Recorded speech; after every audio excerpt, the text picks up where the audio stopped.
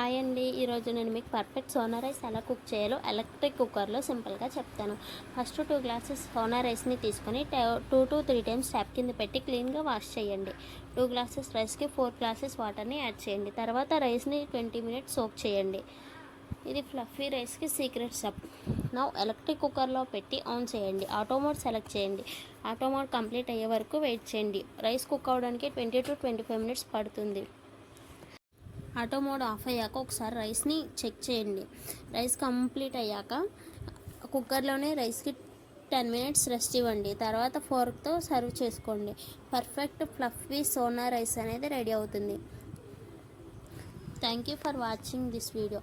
ఇలాంటి మరిన్ని వీడియోస్ కోసం మన ఛానల్ని సబ్స్క్రైబ్ చేసుకొని లైక్ అండ్ షేర్ చేయండి.